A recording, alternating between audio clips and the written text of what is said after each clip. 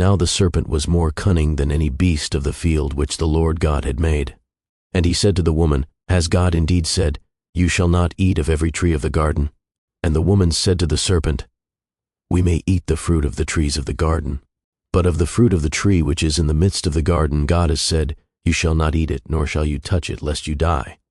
Then the serpent said to the woman, You will not surely die, for God knows that in the day you eat of it, your eyes will be opened, and you will be like God, knowing good and evil.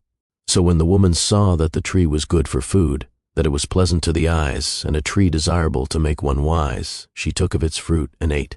She also gave to her husband with her, and he ate. Then the eyes of both of them were opened, and they knew that they were naked, and they sewed fig leaves together and made themselves coverings. And they heard the sound of the Lord God walking in the garden in the cool of the day, and Adam and his wife hid themselves from the presence of the Lord God among the trees of the garden. Then the Lord God called to Adam and said to him, Where are you?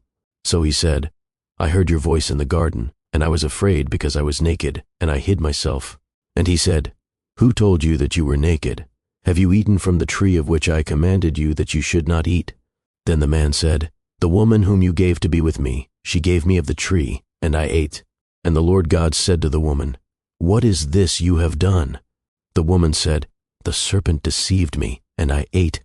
So the Lord God said to the serpent, Because you have done this, you are cursed more than all cattle, and more than every beast of the field. On your belly you shall go, and you shall eat dust all the days of your life. And I will put enmity between you and the woman, and between your seed, and her seed. He shall bruise your head, and you shall bruise his heel. To the woman he said, I will greatly multiply your sorrow and your conception. In pain you shall bring forth children. Your desire shall be for your husband, and he shall rule over you.